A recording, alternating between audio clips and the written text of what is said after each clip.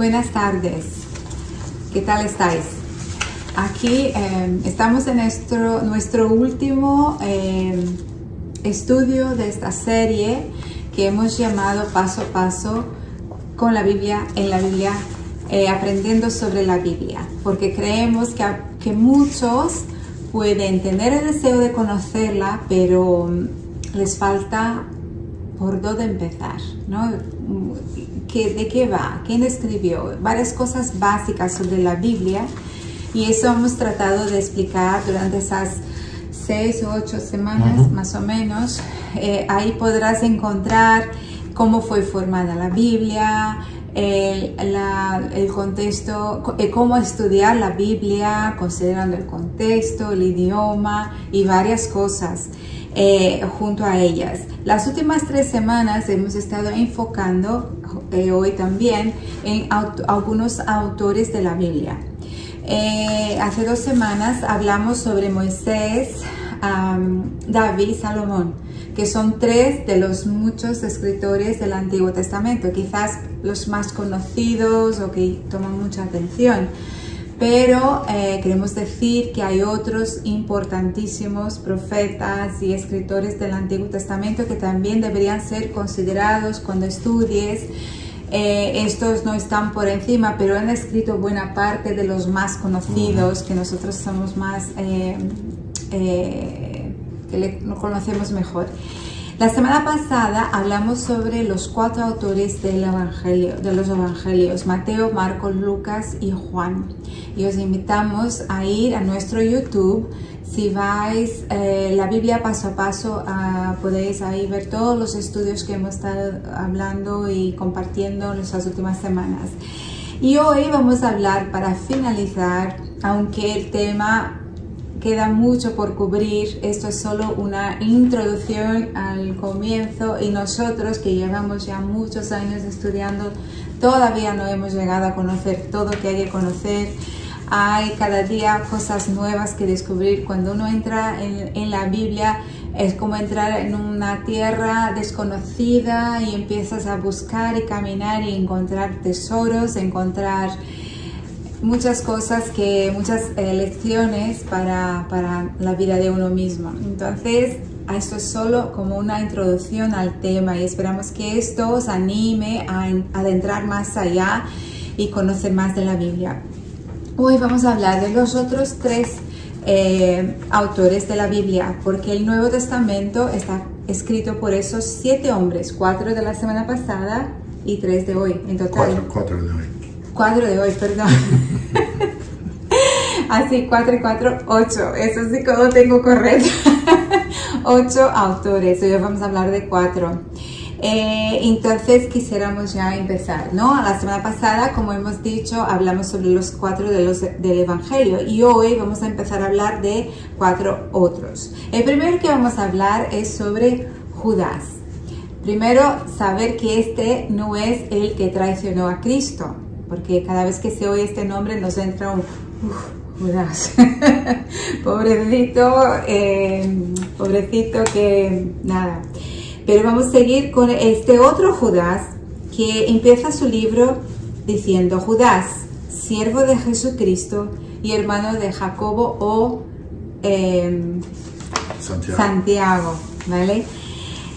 A los llamados, santificados en Dios Padre y guardados en Jesucristo. Quiere decir, esa es la primera frase donde él se presenta. ¿Quién es él? ¿No? Es el hermano de Jacobo, Santiago. Y ahora vamos a saber qué implica eso.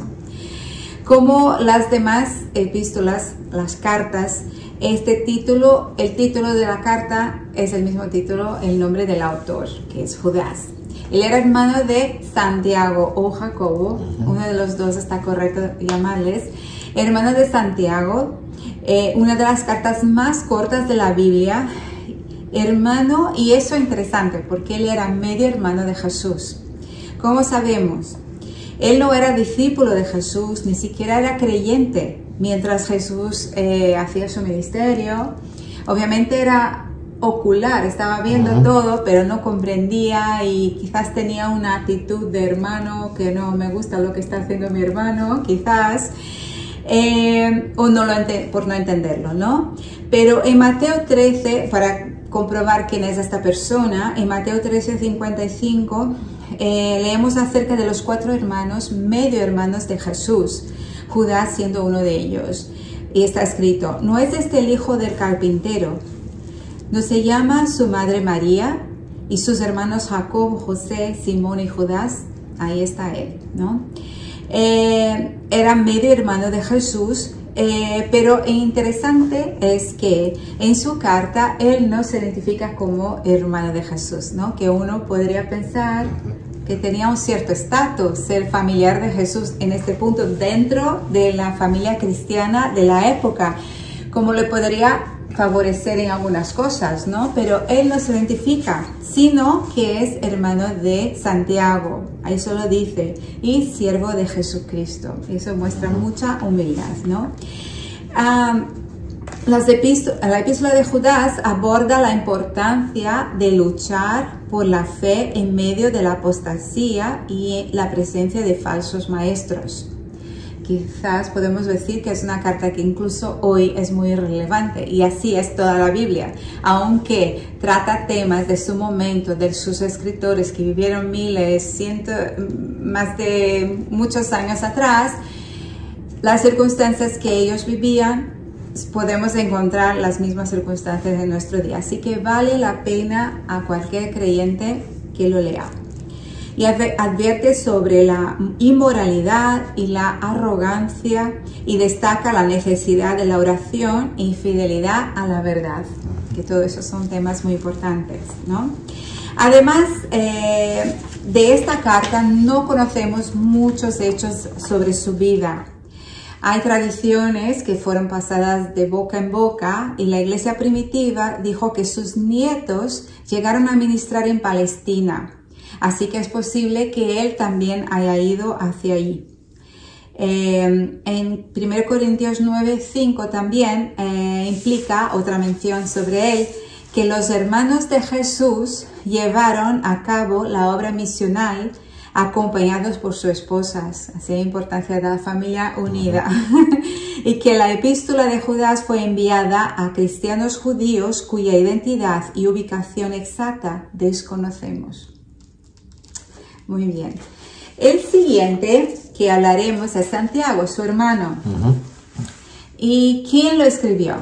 Hay 3 nombres, hay 3 hombres prominentes llamados Santiago en la Biblia. Nosotros aquí en España estamos familiarizados con uno de ellos. Entonces hay 3 en el Nuevo Testamento. Este era el hermano de Juan. Uno de Santiago, uno de ellos fue el hermano de Juan, que fue martirizado alrededor del año 13, que está escrito en Hechos 12. Dado que Juan escribió varios libros, alguno podría pensar que su hermano también lo hizo. Sin embargo, si ese Santiago escribió el libro, podremos esperar que Santiago 1:1 dijera, como él se presenta al iniciar su carta, dice Santiago, apóstol de Jesucristo. Pero no es el caso, ¿no? Otro de los apóstoles de Jesús fue Santiago, hijo de Alfeo, menos mencionado, ¿no? No sabemos nada sobre él, y quizás después de todo, ¿qué sabemos acerca de Judas, ¿no? Que aquí se menciona. Entonces, tal vez este sea el Santiago que escribió el libro de Santiago, aunque nuevamente podemos esperar que se identifique como un apóstol, y no fue el caso. Él era medio hermano de Jesús, y así lo dice al iniciar la carta. La tradición de la iglesia primitiva atribuye el libro de Santiago al hermano de Jesús. Este Santiago fue una persona bastante prominente en la iglesia del Nuevo Testamento, en especial la iglesia de Jerusalén. La posición de Santiago en la iglesia hace probable que hubiera tenido ocasión de escribir cartas a los hermanos, tiene sentido, porque era uno de los líderes, y la manera que ellos a veces discipulaban, enseñaban a los otros, eran enviándoles cartas. Y esta puede ser también una de las cartas enviadas. Los eruditos han comparado el discurso de la carta de Santiago de Hechos 15, de Santiago, de Hechos 15, 13, 29 con el libro de Santiago y han encontrado muchas semejanzas de lenguaje y fraseo. Y por ahí es como a veces distinguen quién escribió tales libros, ¿no? Hay muchos libros que incluso no sabemos la autoría. Ahí sería quizás la persona número 9 del Nuevo Testamento cuando hablamos de Hebreos. Es que no sabemos, sabe? Quizás sea uno de esos 8. Sí. Yo voto por Priscila, la mujer. Bueno, Pedro, esto no. Pues el énfasis del libro es la practicidad o practicalidad de la vida cristiana. Se llama Proverbios del Nuevo Testamento. Demuestra tu fe por lo que haces, que es muy importante. Me encantó este libro porque la verdad es esta, que leyendo esto tú puedes pensar en proverbios todo el tiempo, que nos da reglas de oro para vivir la vida cristiana con dignidad. Quiere decir, si tienes fe, pues tus obras seguirán y tendrán un impacto en el mundo. Si no hay obras, pues busca conocer más sobre tu fe, a ver dónde estás en tu fe. Es un libro muy importante. Pues nada. Bueno, vamos a seguir hablando de los otros dos en nuestro estudio, de Pedro y Pablo. Primero vamos a hablar de Pedro, que ya sabemos mucho de él. No es un carácter muy escondido y desconocido en el Nuevo Testamento. Sabemos que él escribió Primera y Segundo de Pedro, que eran epístolas generales, escrito a los judíos creyentes que estaban viviendo en diferentes lugares en la dispersión de la zona del mundo en ese tiempo. También sabemos que Pedro tuvo mucha influencia en Marcos, que pues lo escribió Marcos, pero como Marcos era el discípulo de Pedro, pues se cree de que mucho pues escribió realmente las palabras de Pedro, o sea, en gran parte, ¿no? Otras cosas que sabemos de Pedro, pues que era originalmente pues un pescador, como muchos de los discípulos. Antes de su llamado, pues trabajó en eso, vivió en Cafarnaúm junto con su hermano Andrés, ubicados en la mar Galilea. Eran socios en este negocio negocio pesquero. Pedro fue llamado junto con Andrés y otros para ser uno de los 12 de los Jesús. Y sabemos que Pedro era pues en el círculo íntimo de Jesús, que muchas veces Jesús llamó a Pedro, Santiago y Juan para momentos especiales y así. Y también pues sabemos que Pedro pues llegó a ser como uno de los líderes o el líder principal de los discípulos. Vemos en Pedro un carácter en muchas instancias era muy agresivo, con mucho denuedo, con mucho vigor. Para él fue el primero para lanzarse para marcharse del barco cuando vio a Jesús. Él cuando estuvieron en el monte de transfiguración, fue Pedro que dijo: está bien que estemos aquí, Señor, pues vamos a edificar unos edificios para cada uno. Era líder y tenía mucha iniciativa. Efectivamente, sí. Así que también vamos a ver otra cara de su personalidad. De hecho, quizás como parte de su carácter, de su personalidad, Pedro fue llamado Roca por Jesús, en ese sobrenombre de Cefas, que quiere decir roca. En griego eso se traduce como Pedro, Petras. Era un nombre con mucho significado simbólico, como ya habíamos dicho, de que Pedro llevó a cabo pues un papel realmente fundamental entre la comunidad cristiana primitiva. Interesante que Jesús dijo sobre esta roca, era no de Pedro esencialmente, sino de su confesión que Jesús era Mesías. ¿No?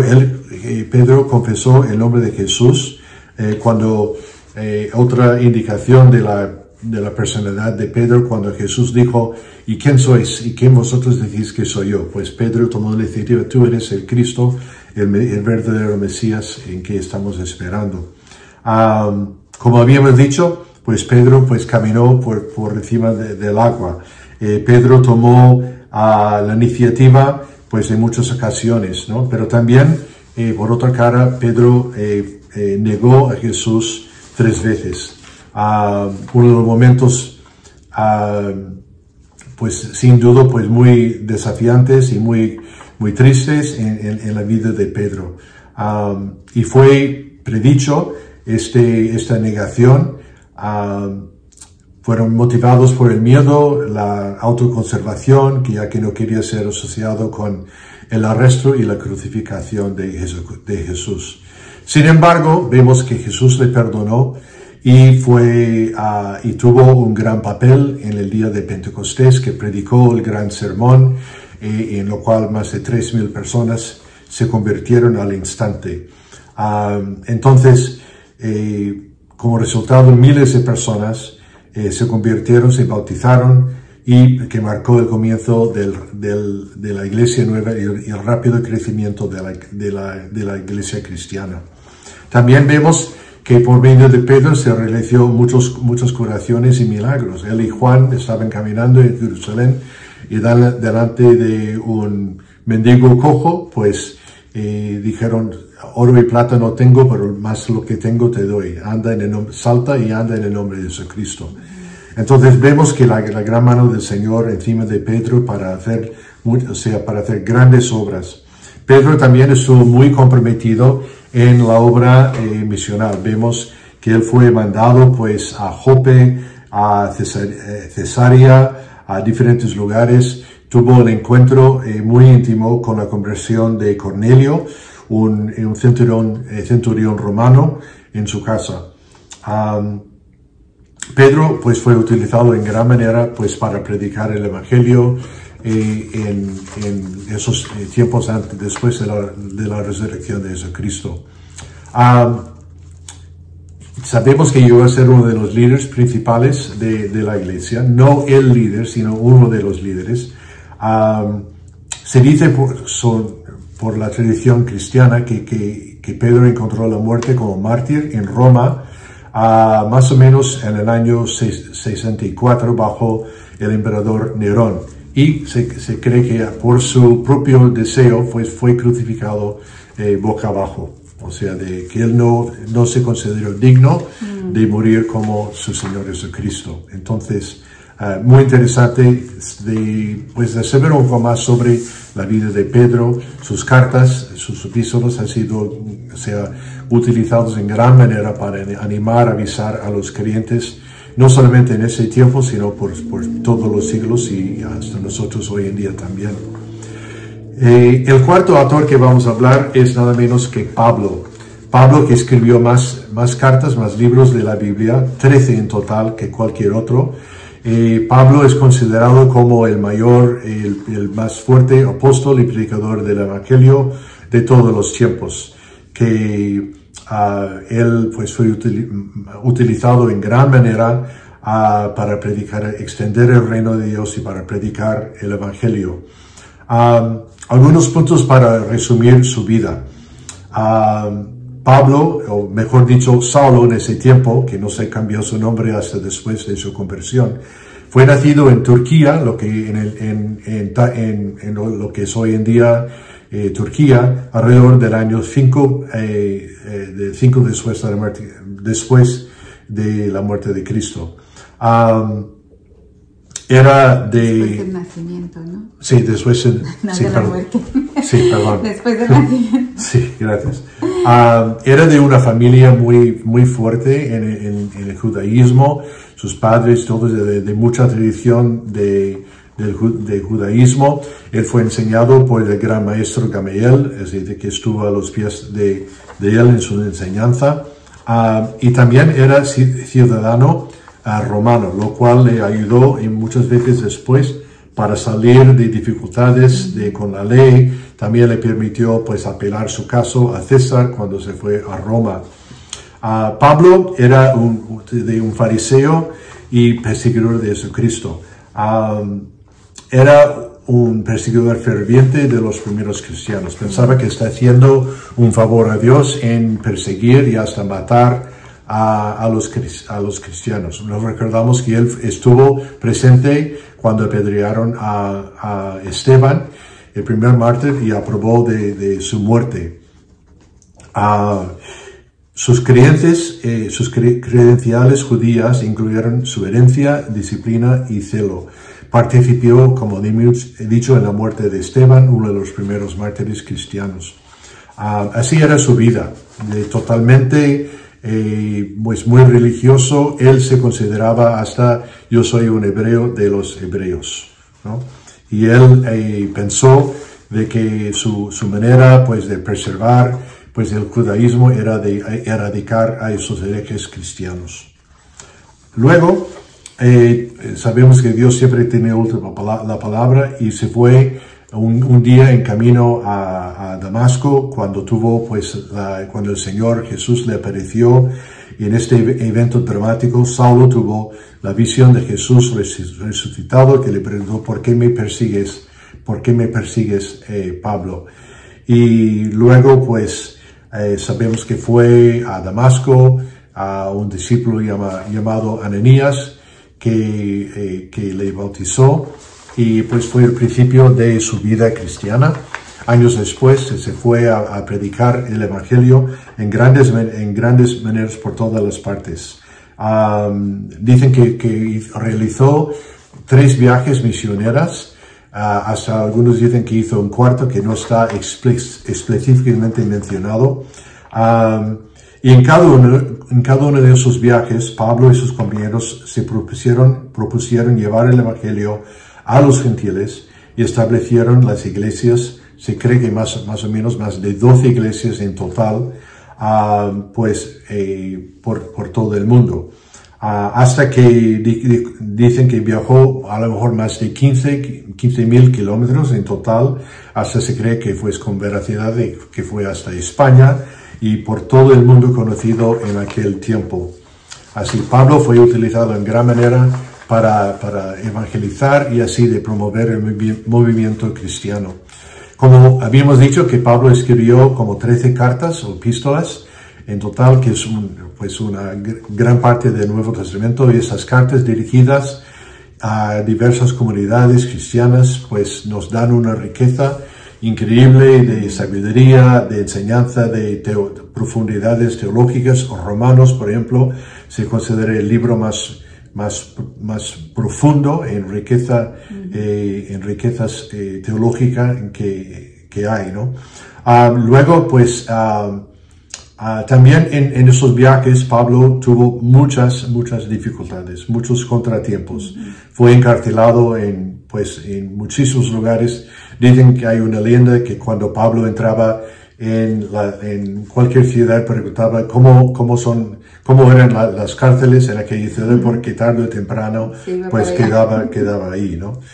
También sufrió pues naufragios, otros peligros, salvado por las bestias, ferias bestiales en diferentes ocasiones. Y todo eso pues se menciona en el libro de Hechos. Pablo también fue mencionado pues en el concilio de Jerusalén, que esto fue un tiempo, el primer concilio de la iglesia para resolver el problema como entre la amistad, las relaciones entre los judíos y los gentiles, de que algunos no querían todavía aceptar a los creyentes gentiles como creyentes verdaderos, hasta que Pablo tuvo una confrontación con Pedro sobre el asunto, se discutieron y le confrontó cara a cara en este concilio, pero tuvo un éxito en establecer el principio pues de cómo debe de estar unificada la iglesia primitiva. Martirio, se cree que Pablo, pues el libro de Hechos termina con Pablo pues todavía encarcelado, pero como en casa, ¿no? Entonces ahí termina y no sabemos, porque Lucas no menciona que él haya salido ni nada, termina como, bueno, ¿y ahora qué? Uno quiere más. Uno quiere más, sí. Pero se cree de que por la historia que Pablo salió, y luego pues alrededor del año 64, entre 64 y 67, de que fue martirizado pues en Roma por bajo del emperador Nerón. Las circunstancias exactas no sabemos exactamente. Bueno, y las contribuciones teológicas, bueno, podemos solamente decir de que una gran riqueza que él dejó, que Dios lo utilizó en gran manera, pues para que sepamos cómo es Dios, cómo vivir por Dios, cómo vivir el Evangelio. Las epístolas pastorales a Timoteo y a Tito, pues nos enseñan pues cómo deben ser las iglesias, nos dan instrucciones de cómo las iglesias y los líderes de la iglesia deben de funcionar, bueno, entre muchas otras cosas. Entonces, bueno, eso ha sido un breve resumen, pues, de esos grandes hombres, de Judas, Santiago, Pedro y Pablo, pero nos dan pues una perspectiva de cómo eran estos hombres, cómo eran. Animamos a todos vosotros pues para que hagáis pues una investigación más profunda. Se puede leer muchos artículos en internet, online o en distintos recursos para saber más de sus vidas, ¿no? Como habíamos dicho la semana pasada, hay un cuarto autor un quinto autor de ese estudio. Sería un noveno. Sí, del Nuevo Testamento. Que no sabemos quién era. Ese es el autor de Hebreos. Realmente no sabemos quién era. Pero es un libro que no podemos descuidar. Es buenísimo, buenísimo. Hay que leerlo. Sí. La primera vez que lo leí, la primera vez pensaba que era Pablo quien lo leí, porque parece pues mucho como las otras cartas de Pablo, pero en realidad se cree que no, porque Pablo no se identifica al principio como él suele hacer en sus otras cartas, ¿no? Pero quizás Apolos, que era muy... Sí, es posible. No sé, ahí tenemos unos nombres ahí de gente. Seguramente eran personas que anduvieron con Pablo, porque tienen mucho de las enseñanzas, como se ve Pablo reflejado en la carta, sí. Pero quizás haya sido otro autor, ¿no? Eso es. Pues viendo todos esos autores y toda la Biblia en general, es tan bonito ver como que esas personas, como Pablo, en un ejemplo último que hemos utilizado, han pasado por situaciones muy difíciles en sus vidas. Y fueron permitidas esas situaciones para que ellos pudieran ver Dios actuar y a través de esto conocer a Dios y escribirlo, para que nosotros podamos también, no importa la circunstancia que estemos pasando, al leer la Biblia nos vamos a ver reflejados ahí. Así que os animamos mucho que no quedéis solo por conocer un poquitito que hemos enseñado estas semanas, pero que vayáis más a fondo, porque esas personas han sufrido, han escrito y ahí está, para que nosotros podamos beneficiarnos de ellas. Y eso también nos deja una palabra de aliento, no importa la circunstancia que estemos pasando, pues Dios va a utilizarla para traer algo bueno, algo positivo. Así es la matemáticas de Dios, ¿no? Porque no podríamos conocer al Dios creador, al Dios que provee, al Dios que sana, al Dios que hace tantos milagros, si no estuviéramos en una situación de necesitar esos milagros, ¿no? Y muchas veces Él nos pone en diferentes circunstancias para que podamos ver su poder y así conocerlo mejor. Así que queda esta palabra de ánimo para que también, si estás pasando por un mal momento, busca tu consuelo en la palabra de Dios.